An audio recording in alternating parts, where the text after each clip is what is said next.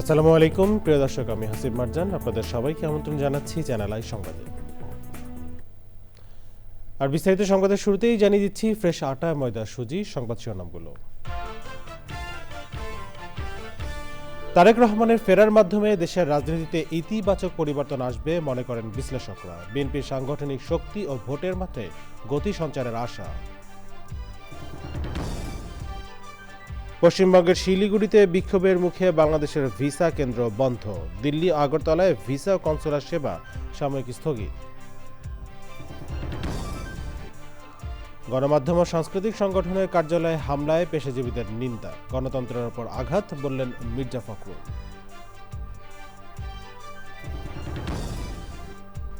দুই পত্রিকা অফিসে হামলায় গ্রেফতার 17 জনের জামিন আবেদন নাকচ করে কারাগারে প্রেরণ। ভিডিও ফুটেজ দেখে 31 জন শনাক্ত।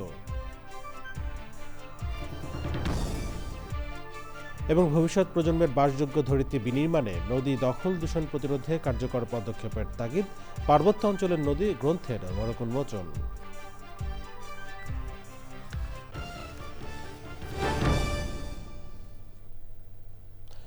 সংবাদ শিরোনামগুলো জানাচ্ছিলাম। এখনকার সংবাদ আয়োজন একই সঙ্গে চ্যানেলের ইউটিউব চ্যানেলে এবং চ্যানেলের ওটিটি প্ল্যাটফর্ম স্ক্রিনে লাইভ স্ট্রিম হচ্ছে। চলেছে বিস্তারিত সংবাদে। বিএনপির ভারপ্রাপ্ত চেয়ারম্যান তারেক রহমানের ফেরার মাধ্যমে দেশের রাজনীতিতে ইতিবাচক পরিবর্তন আসবে বলে মনে করছেন বিশ্লেষকরা। অভ্যন্তরীণ আঞ্চলিক রাজনীতিতেও গভীর প্রভাব ফেলবে বলে মনে করেন তারা। বিএনপির সাংগঠনিক শক্তি আরও সুসংহত হওয়ার পাশাপাশি ভোটের মাঠে নতুন গতি সঞ্চার হবে।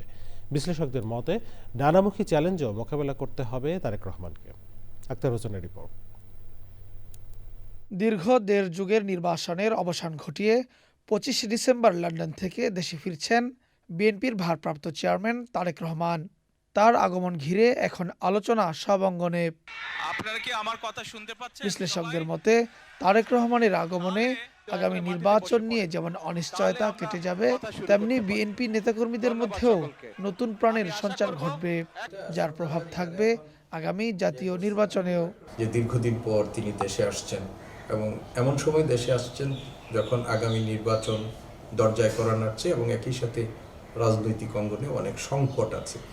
বাংলাদেশের রাজনীতিতে এক ধরনের যে শূন্যতা তৈরি হয়েছে, সেই শূন্যতাটা তারেক রহমানের আগমনের ফলে মধ্য দিয়ে এটি পূরণ হবে এবং এই কারণে দেশের মানুষেরও কিন্তু একটা আগ্রহের কেন্দ্রবিন্দুতে পরিণত হয়েছেন।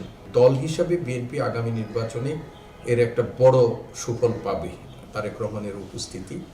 দল হিসেবে বিএনপির ক্ষমতায় যাওয়া এবং দলের বাইরে জাতীয় নেতা হিসেবে তারেক রহমানের নিজেকে প্রমাণের বহু চ্যালেঞ্জ মোকাবেলা করতে হবে বলে মনে করেন এই রাষ্ট্রবিজ্ঞানী।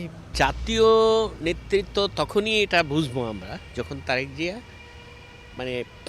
প্রথম কথা হলো তিনি রাজনীতিতে জাতীয় সমস্যাগুলো নিয়ে তার ভাবনা কি ভাবছেন এবং তিনি জাতীয় সমস্যাগুলোকে দূর করার ক্ষেত্রে কী ধরনের উদ্যোগ হাতে নিচ্ছেন। আমরা দেখব যে তিনি সমালোচনা করার তাকে যখন সমালোচনা করা হবে তখন এই সমালোচনাটাকে তিনি কিভাবে দেখছেন, এই বিষয়গুলো খুব ইম্পর্টেন্ট। সব কিছুর উপরে নির্ভর করছে তিনি আসলে জাতীয় নেতা হিসেবে কতটুকু সফল হবেন। বিশ্লেষকরা বলছেন তারেক রহমানের আগমন তৃণমূলের নেতাকর্মীদের মাঝে যে জাগরণ তৈরি করবে তা ভোটের মাঠের হিসাব নিকাশ বদলে দিতে পারে। এই সংখ্যাটাকে আরো বাড়িয়ে দিয়েছে। Akhtar Hossain, channel I, Dhaka. পশ্চিমবঙ্গের শিলিগুড়িতে বাংলাদেশের ভিসা কেন্দ্রে বিক্ষোভ করে হিন্দুত্ববাদী কয়েকটি সংগঠনের সদস্যরা। বিশ্ব হিন্দু পরিষদ, ভিএইচপি, হিন্দু জাগরণ মঞ্চ ও শিলিগুড়ি মহানগর সংগঠনের সদস্যরা বিক্ষোভের পর ভিসা কেন্দ্র বন্ধের দাবি জানায়। এরপর ভিসা কেন্দ্র বন্ধ করে দেয় কর্তৃপক্ষ। এমনটাই সংবাদ প্রকাশ করেছে ভারতের শিলিগুড়ি টাইমস। এছাড়া অনাকাঙ্ক্ষিত পরিস্থিতির কারণে ভারতের নয়াদিল্লিতে বাংলাদেশের হাই কমিশন ছাড়াও ত্রিপুরার আগরতলায় সহকারী হাই কমিশন ভিসা সেন্টার থেকে ভিসা ও কনসুলার সেবা সাময়িকভাবে স্থগিত রেখেছে বাংলাদেশ। পরবর্তী ঘোষণা না দেওয়া পর্যন্ত এসব সেবা বন্ধ থাকবে। পররাষ্ট্র মন্ত্রণালয় থেকে সোমবার এ তথ্য নিশ্চিত করা হয়েছে। দিল্লিতে বাংলাদেশ হাই কমিশনের সামনে গত শনিবার রাতে বিক্ষোভ করে অখণ্ড হিন্দু রাষ্ট্র সেনার একটি দল। পাশাপাশি তারা ভারতে নিযুক্ত বাংলাদেশের হাই কমিশনার এম রিয়াজ হামিদুল্লাহকে হুমকিও দেয়। প্রথম আলো ডেইলি স্টারের 2 সম্পাদক সহ জুলাই গণ অভ্যুত্থানে অংশ নেয় অন্তত 22 জনকে ব্যক্তিগত নিরাপত্তা নিশ্চিতে গানম্যান দেওয়া হয়েছে বলে জানিয়েছেন স্বরাষ্ট্র উপদেষ্টা। ইনকিলাব মঞ্চের মুখপাত্র শরীফ ওসমান হাদির হত্যাকাণ্ড সহ সাম্প্রতিক বেশ কিছু ঘটনায় নিরাপত্তাহীনতায় ভুগছেন অনেকেই। এ অবস্থায় নিরাপত্তা নিশ্চিতে সরকারের পক্ষ থেকে গানম্যান দেওয়া হয়। তারেক রহমানের নিরাপত্তা নিয়ে কোনো হুমকি নেই বলেও জানান স্বরাষ্ট্র উপদেষ্টা। বিস্তারিত জানাচ্ছেন রফিকুল বাশার। শরীফ ওসমান হাদির মৃত্যুর 5 দিনের মাথায় গুলিবিদ্ধ হলেন এনসিপির খুলনার বিভাগীয় প্রধান ও জাতীয় শ্রমিক শক্তির সংগঠক মোতালেব শিকদার। আইন শৃঙ্খলা সংক্রান্ত উপদেষ্টা পরিষদ কমিটির বৈঠক শেষে স্বরাষ্ট্র উপদেষ্টা জানান, নিরাপত্তাহীনতায় ভোগা জুলাই গণ অভ্যুত্থানে অংশ নেওয়াদের গানম্যান দেওয়া হয়েছে। যারা হিটলিস্ট বা ভালনারেবল তাদের আমরা অলরেডি হাতিয়ার গানম্যান আমরা দিয়ে দিয়েছি। আর এইটার ব্যাপারে আমাদের যে ইন্টেলিজেন্স অর্গানাইজেশনগুলি আছে, ডিজিএফআই, এনএসআই এবং এসবি, তারা নিজেরা বসে একটা কারা কারা মানে ভালনারেবল তাদের একটা লিস্টও করা হয়েছে এবং তাদের এই গানম্যান দেওয়া হয়েছে। অনেক আবার অবশ্য গানম্যান নিতে চায়ও নাই। বিএনপির ভারপ্রাপ্ত চেয়ারম্যান তারেক রহমানের দেশে আসা উপলক্ষে সর্বোচ্চ নিরাপত্তা জোরদার করা হয়েছে বলে জানান স্বরাষ্ট্র উপদেষ্টা। আগামী 25শে ডিসেম্বর 2025 তারিখে বিএনপি ভারপ্রাপ্ত চেয়ারম্যান তারেক রহমান দেশে আগমন উপলক্ষেও সর্বোচ্চ নিরাপত্তা ব্যবস্থা গ্রহণ করা হয়েছে। ওসমান হাদি হত্যাকাণ্ডে জড়িতদের গ্রেফতারে সর্বোচ্চ গুরুত্ব দেওয়া হচ্ছে বলে জানান তিনি। কোথায় আছে হইলে তো তারা ধরিয়ে ফেলতাম। দেশেও থাকতে পারে, বাইরেও থাকতে পারে, বাট আমরা একজাক্ট লোকেশন যদি জানতে পারতাম। বৈধ পথে যায় নাই, এখন অবৈধ পথে গেছে কিনা এটা তো আমি বলতে পারবো না। পদত্যাগের বিষয়েও কথা বলেন উপদেষ্টা। গুঞ্জন শুনছেন তো, গুঞ্জনটা কি? ও আচ্ছা, পদত্যাগ করলে তার এখানে বসতাম না। উপদেষ্টা জানান, প্রথম আলো ও ডেইলি স্টার পত্রিকার 2 সম্পাদকের নিরাপত্তার জন্য গানম্যান দেওয়া ছাড়াও তাদের বাসভবনের নিরাপত্তা বাড়ানো হয়েছে। Rafiqul Bashar, channel I, Dhaka. ইনকিলাব মঞ্চের মুখপাত্র শরীফ ওসমান হাদির মৃত্যুকে কেন্দ্র করে প্রথম আলো, ডেইলি স্টার, ছায়ানট ও উদীচীর কার্যালয়ে হামলা, অগ্নিসংযোগ ও লুটপাটের নিন্দা জানিয়েছেন বিভিন্ন পেশাজীবী সংগঠনের নেতারা। রাজধানীতে প্রতিবাদ সভায় যোগ দিয়ে বিএনপির মহাসচিব মির্জা ফখরুল ইসলাম আলমগীর বলেন, এতে কেবল গণমাধ্যম নয়, গণতন্ত্রের ওপরও আঘাত এসেছে। সবাইকে ঐক্যবদ্ধভাবে সহিংসতা মোকাবেলার আহ্বান জানান তিনি। সাদি মাহমুদের রিপোর্ট। গণমাধ্যম ও সাংস্কৃতিক প্রতিষ্ঠানে হামলা, ভাঙচুর, লুটপাট ও অগ্নিসংযোগের প্রতিবাদে সম্পাদক পরিষদ ও news paper owners association of Bangladesh নোয়াবের যৌথ প্রতিবাদ সভা। যোগ দেন রাজনৈতিক, সামাজিক, সাংস্কৃতিক ও বিভিন্ন পেশাজীবী সংগঠনের নেতারা। মত প্রকাশের স্বাধীনতার জন্য সবাইকে নিজ নিজ জায়গা থেকে লড়াই করার আহ্বান জানান বক্তারা। যে গণতন্ত্র বিকাশের জন্য সংবাদ মাধ্যম প্রতিষ্ঠানগুলোর বিকাশের স্বার্থে এই দেশের চিন্তাশীল সব মানুষেরা, সকল পেশার মানুষেরা সংঘবদ্ধ আছেন। আর 15 মিনিট হলেই যদি আগুন জ্বলতো তাহলে অনেকেই সেই ধোঁয়ায় নিঃশ্বাস বন্ধ হয়ে অক্সিজেন অভাবে মারা যেতেন। আমাদের কণ্ঠকে স্তব্ধ করা যাবে না। We have entered into an এরা অফ মার্ডার। মত প্রকাশ তো অনেক দূর হয়ে গেছে, এখন বেঁচে থাকার অধিকারের ব্যাপারে এসে গেছে। দেয়ালে পিঠ থেকে গেছে। প্রতিবাদ শুধু না, প্রতিরোধ করব আমরা।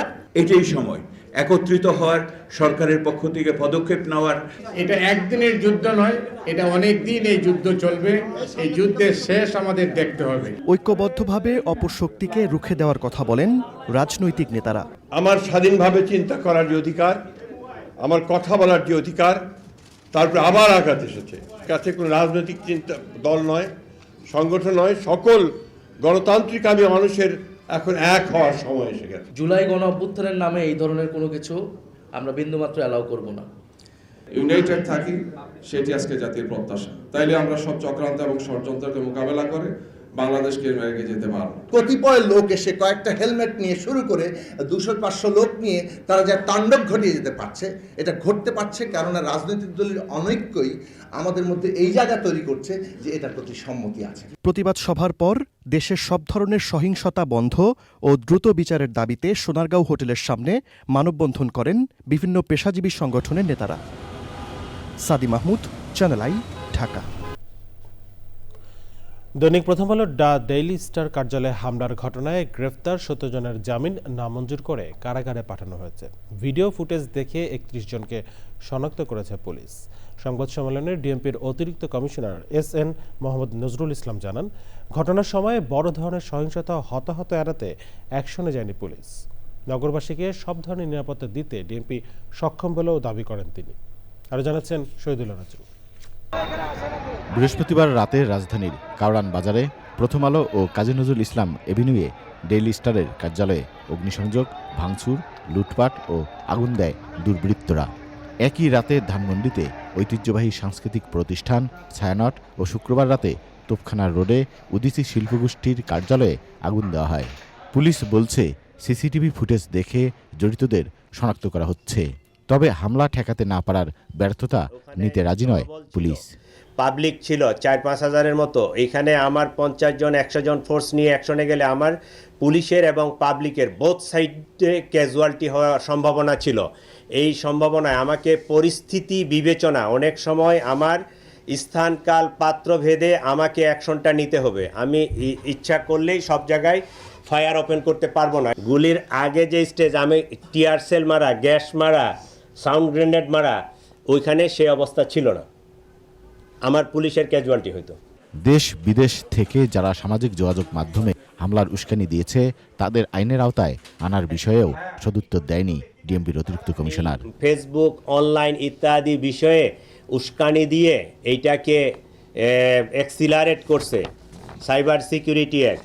দেন এই যে দেশের নিরাপত্তা সার্বভৌমত্ব বিঘ্নিত করার জন্য যারা চক্রান্ত করতেছে তাদের বিরুদ্ধে অ্যান্টি টেররিজম অ্যাক্টের 6-1 ধারায় একটা মামলায় অনেকগুলো আইন নিয়ে আমরা মামলাটা নিচ্ছি। প্রথম আলো কার্যালয়ে হামলা ও অগ্নিসংযোগের ঘটনায় অজ্ঞাতনামা 4 থেকে 500 জনকে আসামি করে রাজধানীর তেজগাঁও থানায় সাইবার সুরক্ষা অধ্যাদেশ, সন্ত্রাস বিরোধী ও বিশেষ ক্ষমতা আইনে মামলা করা হয়েছে। Shahidullah Raju, channel I, Dhaka.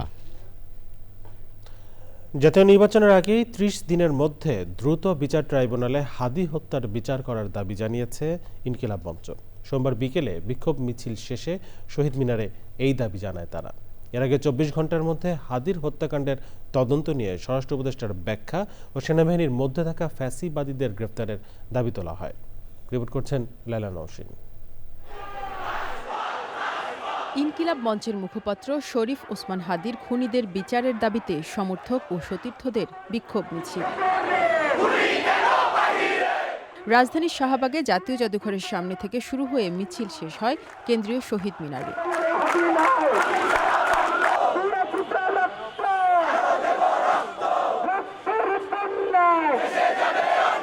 বিক্ষোভ শেষে সংবাদ সম্মেলনে 1 মাসের মধ্যে হাদি হত্যার বিচারের দাবি জানায় ইনকিলাব মঞ্চ।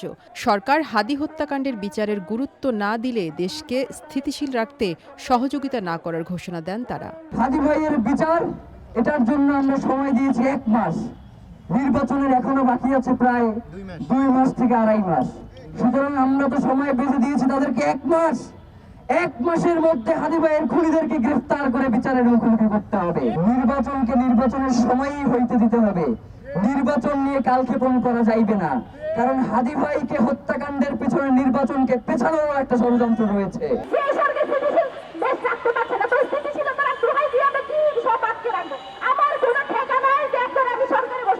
হাদির খুনিরা যেখানে আছে, যে এজেন্সির কাছে আছে অথবা দেশের বাইরেও যদি যেয়ে থাকে, সরকারের ওই দেশের সরকারের সাথে সমঝোতা করে খুনিকে আমাদের সামনে হাজির করতেই হবে। এর আগে সকালে শাহবাগে হাদি হত্যাকাণ্ডের তদন্তে আন্তর্জাতিক গোয়েন্দা সংস্থা অন্তর্ভুক্ত করার দাবি তোলে তারা।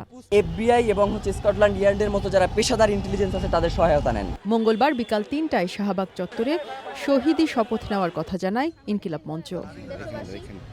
Laila Nowshin, channel I, Dhaka. এবারে জাতীয় সংসদ নির্বাচন 2026 প্রসঙ্গ।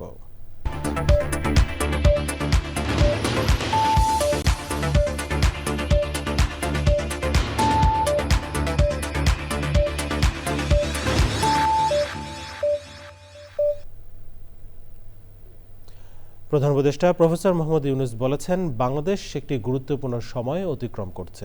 সামনে জাতীয় সংসদ নির্বাচন এবং জুলাই জাতীয় সনদ বাস্তবায়নের ওপর গণভোট। জাতীয় সংসদের দক্ষিণ প্লাজায় ভোটের গাড়ির উদ্বোধন শেষে ভার্চুয়ালি যুক্ত হয়ে এসব কথা বলেন প্রধান উপদেষ্টা। ভোটাধিকার কারোর দয়া নয়, এটি আমাদের সাংবিধানিক অধিকার। এই অধিকার প্রয়োগের মাধ্যমেই আমরা ঠিক করি ভবিষ্যৎ কোন পথে যাবে। একটি অবাধ, সুষ্ঠু ও অংশগ্রহণমূলক নির্বাচন নিশ্চিত করা শুধু সরকারের দায়িত্ব নয়, এটি রাষ্ট্রের প্রতিটি নাগরিকের দায়িত্ব। এবার অন্যান্য সংবাদ। নদী রক্ষায় আইনের কঠোর প্রয়োগের পাশাপাশি সমন্বিত উদ্যোগে জোর দিয়েছেন প্রকৃতি বন্ধু বীর মুক্তিযোদ্ধা মুকিত মজুমদার বাবু। চ্যানেল আইয়ে বাংলাদেশ রিভার ফাউন্ডেশনের চেয়ারম্যান মোহাম্মদ মনির হোসেনের পার্বত্য অঞ্চলের নদী গ্রন্থের উন্মোচন ও প্রকাশনা উৎসবে যোগ দিয়ে ভবিষ্যৎ প্রজন্মের জন্য বাসযোগ্য ধরিত্রী বিনির্মাণে নদী দখল দূষণ প্রতিরোধে কার্যকর পদক্ষেপ গুরুত্ব আরোপ করেন বিশিষ্টজনেরা। আফরোজা হাসির রিপোর্ট।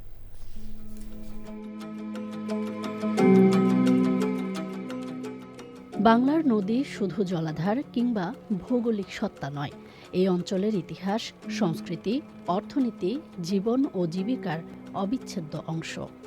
সমতল থেকে পাহাড়, ভূপ্রকৃতির ভিন্নতা সত্ত্বেও আবহমান বাংলায় নদী মানুষের বেঁচে থাকার রসদ। তবে জলবায়ু পরিবর্তনের পাশাপাশি উন্নয়ন আর আধুনিকতার নামে পার্বত্য অঞ্চলের নদীগুলো আজ বিপন্ন। এমন বাস্তবতায় চ্যানেল আইয়ের মোস্তফা মনোয়ার স্টুডিওতে পাহাড়ি নদীর গতিপ্রবাহ পরিবর্তনের সম্ভাব্য ঝুঁকি নিরূপণ, গবেষণাসহ সব প্রজন্মকে নদী প্রকৃতির সংরক্ষণ আন্দোলনে যুক্ত করার প্রয়াসে পার্বত্য অঞ্চলের নদী গ্রন্থের মোড়ক উন্মোচন। নদীর সৌন্দর্য, নদীর অববাহিকা, এ সব কিছুই আসলে আমাদের জাতীয় জীবনেও মারাত্মকভাবে প্রভাব রাখে। ভবিষ্যতে পাহাড়ি নদী নিয়ে গবেষণা, নীতি, পরিকল্পনা, জনসচেতনতা বৃদ্ধিতে একটি সহায়ক গ্রন্থ হিসেবে কাজ করবে এবং নদী আন্দোলনের কারীদের ক্ষেত্রে একটি অনুপ্রেরণা যোগাবে। নদী রক্ষায় নীতি পরিকল্পনা ও কার্যকর ব্যবস্থাপনার তাগিদ বিশিষ্টজনদের। প্রত্যেকটা নদীর উৎপত্তি এবং এই নদীগুলোর সাথে কি কি সম্পর্ক, ওখানকার মানুষ এবং জীবন জীবিকার তার চলন, এটার একটা বিস্তৃত বর্ণনা আছে। এখনো যদি নদীগুলো রক্ষায় এগিয়ে না আসি তাহলে সভ্যতা থাকবে না, সমাজ থাকবে না, প্রকৃতি থাকবে না এবং আমাদের জীবন থাকবে না। পরিবেশ প্রকৃতি এটা ভালো রাখতে হলে প্রত্যেকেরই স্ব স্থান থেকে আমাদের সেই দায়িত্বগুলো পালন করতে হবে। স্থানীয় কর্তৃপক্ষের সমন্বয়ে আলাদা একটা বডি তৈরি করতে হবে, যাতে করে আমরা দায়িত্বশীল হই বা আমরা দায়িত্ববান হই যে আমরা এই নদীটাকে এরা মিলে সংরক্ষণ করব। সভ্যতা, প্রাণ প্রকৃতি টিকিয়ে রাখতে নদী রক্ষার বিকল্প নেই বলেন প্রকৃতি বন্ধু বীর মুক্তিযোদ্ধা মুকিত মজুমদার বাবু। পাহাড় এবং ছড়া এবং নদী একটার সাথে একটা অঙ্গাঙ্গিভাবে জড়িত। আমাদের এই চারপাশের নদীগুলো, বিশেষ করে ঢাকা শহরের চারপাশে যে নদীগুলো আছে সেগুলো খুবই বেশি আমরা বলবো কলুষিত হয়ে গেছে। কলকারখানার যে বর্জ্য ছেড়ে দিচ্ছি আমরা, কেমিক্যালের বর্জ্য বলি, অন্য বর্জ্য বলি, সবচেয়ে বেশি ক্ষতি করছে আমাদের এই নদীগুলোকে। যতই বলি সচেতনতার কথা, পাশাপাশি যদি আইনের প্রয়োগ না থাকে তাহলে কিন্তু কখনোই আমরা এই জিনিসগুলো থেকে মানুষকে বিরত করতে পারবো না। এর জন্য কিন্তু সরকারের ভূমিকাটা খুব বেশি প্রয়োজন, পাশাপাশি আমাদের ভূমিকা। তো দুটোর সমন্বয় যখনই হবে তখনই কিন্তু আমরা একটা ভালো ফল পেতে পারি। এর থেকে হাতে হাত মিলিয়ে যার যতটুকু ক্ষমতা আছে তার সাথে মমতা মিশিয়ে যখনই আমরা এগিয়ে আসবো তখনই কিন্তু এই দেশটা ভালো থাকবে। টেকসই ভবিষ্যৎ বিনির্মাণে পরিবেশ বান্ধব উদ্যোগে বিপন্ন নদী প্রবাহ ও বাস্তুতন্ত্র পুনরুদ্ধারে গুরুত্বারোপ বিশেষজ্ঞদের। আফরোজা হাসি, চ্যানেল আই, ঢাকা। দেখছেন চ্যানেলের সংবাদ। এ পর্যায়ে নিচ্ছি বিরতি, আর বিরতির পর অন্যান্য সংবাদের সঙ্গে খেলার খবরে জানিয়ে ফিরে এলাম বিরতির পর। স্বাগত আর একবার চ্যানেল আই সংবাদ। জানাবো কৃষি সংবাদ।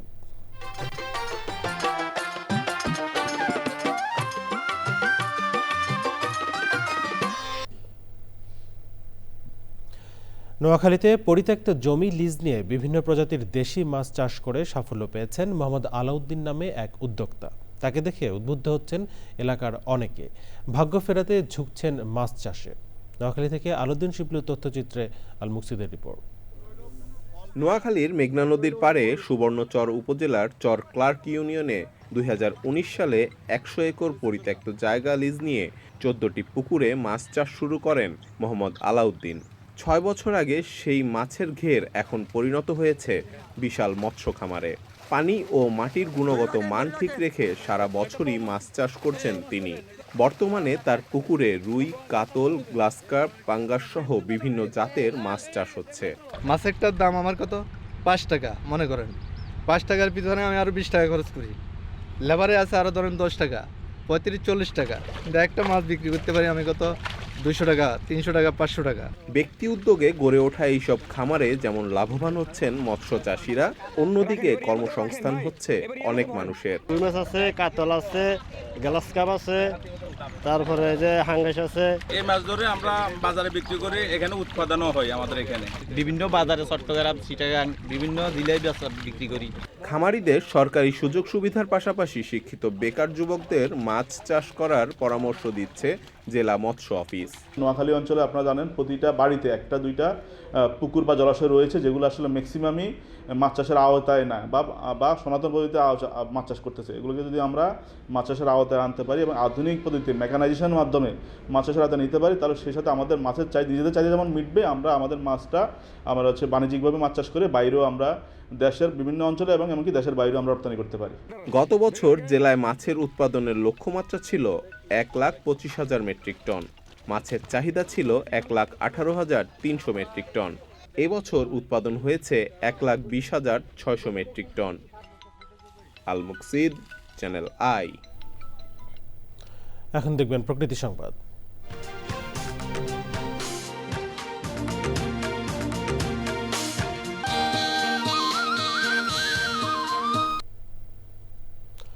অপরিকল্পিত নগরায়ন ও আবাদি জমি কমে যাওয়ায় ময়মনসিংহে কমছে সোনালী আঁশের চাষ।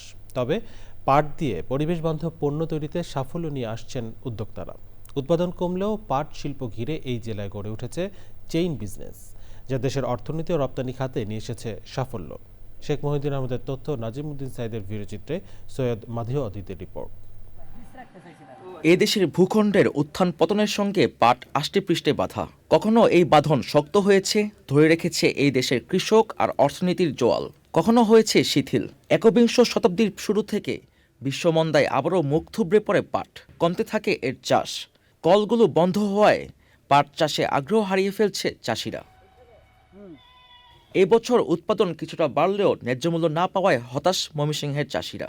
এতে এই পেশা থেকে মুখ ফিরিয়ে নিচ্ছেন অনেকেই। তবে খুচরা ব্যবসায়ীরা বলছেন, চাষিদের লোকসান হলেও লাভবান হচ্ছেন মধ্যস্বত্বভোগীরা। পাট মারাই করিয়া বাজারে বিক্রি করলে আমরা উচিত মূল্য পাই না, তার জন্য আমরা পাটগুলি করতে ইচ্ছুক না। আমরা কইরিয়া এরিয়া কামলা টামলা খরচ কইরিয়া আঙ্গুর দেওয়া যা পুষে না। পাটের বাজার হচ্ছে একদম অনিয়ন্ত্রিত একটা বাজার। পাটের বাজার এই গত বছর ছিল হয়তো 2,200, এবার বাজার 4,042। তবে জেলায় আশা জাগিয়েছে পাট দিয়ে উৎপাদিত পণ্য সামগ্রী। এসব পণ্য তৈরি করে ই কমার্সের মাধ্যমে ক্রেতাদের দোরগোড়ায় পৌঁছে দেওয়া হচ্ছে। ফলে জেলায় গড়ে উঠেছে পাটের মজবুত বাজার। তবে দেশের বাইরে একটু বেশি চাহিদা, তবে আমাদের দেশে যদি বাইরের ব্যবস্থা থাকতো তাহলে হয়তো আমাদের আরো বেশি আমরা রেসপন্স পেতাম। প্লাস্টিক হলো পরিবেশের জন্য অনেক ক্ষতিকর, মারাত্মক ক্ষতিকর। চাচ্ছি যেন পাটের ব্যবহারটা বেশি করার জন্য। পাট পণ্যের চাহিদার উপর নির্ভর করে আমরা পাটের উপর কাজ করে যাচ্ছি, কিন্তু আমাদের এই পাট পণ্যটাকে যেন বিভিন্ন জায়গায় ভালোভাবে সম্প্রসারণ করতে পারি, ভালোভাবে করে আমরা প্রসার করতে পারি। পাট শিল্পের চ্যালেঞ্জ মোকাবেলায় সব ধরনের ব্যবস্থা নেওয়া হচ্ছে বলে জানিয়েছেন সংশ্লিষ্টরা। পাট বিক্রি করতে পারছে না এবং পাট জাগ দেওয়ার কিছুটা সমস্যা রয়েছে। এসব কারণে কৃষক আগ্রহ হারাচ্ছে। পাটের ন্যায্য মূল্য যদি কৃষক পায়, সেক্ষেত্রে অবশ্যই কৃষক পাট চাষ করবে এবং আমরা আমাদের সর্বাত্মক প্রচেষ্টা অব্যাহত রাখব। পাট শিল্প ও ই কমার্সের নারীসহ উদ্যোক্তা বৃদ্ধি, অনলাইন বিপণন ও বাজার সম্প্রসারণ বাড়িয়ে তুললে সংশ্লিষ্টরা আরও লাভবান হবেন বলছেন বিশেষজ্ঞরা। সৈয়দ মাদিহ অদিত, প্রকৃতি ও জীবন ডেস্ক, চ্যানেল আই। সংবাদ শেষ করবো, তবে যাবার আগে ফ্রেশ আটা, ময়দা, সুজি সংবাদ শিরোনামগুলো জানিয়ে দিচ্ছি আরও একবার। তারেক রহমানের ফেরার মাধ্যমে দেশের রাজনীতিতে ইতিবাচক পরিবর্তন আসবে মনে করেন বিশ্লেষকরা। বিএনপি সাংগঠনিক শক্তি ও ভোটের মাঠে গতি সঞ্চারের আশা।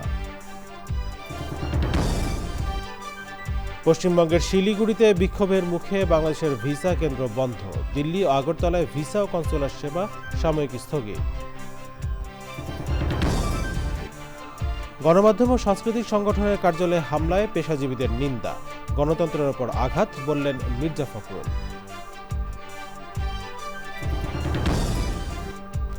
দুই পত্রিকা অফিসে হামলায় গ্রেফতার 17 জনের জামিন আবেদন নাকচ করে কারাগারে প্রেরণ। ভিডিও ফুটেজ দেখে 31 জন শনাক্ত। এবং ভবিষ্যৎ প্রজন্মের বাসযোগ্য ধরিত্রী বিনির্মাণে নদী দখল দূষণ প্রতিরোধে কার্যকর পদক্ষেপের তাগিদ। পার্বত্য অঞ্চলের নদী গ্রন্থের মোড়ক উন্মোচন।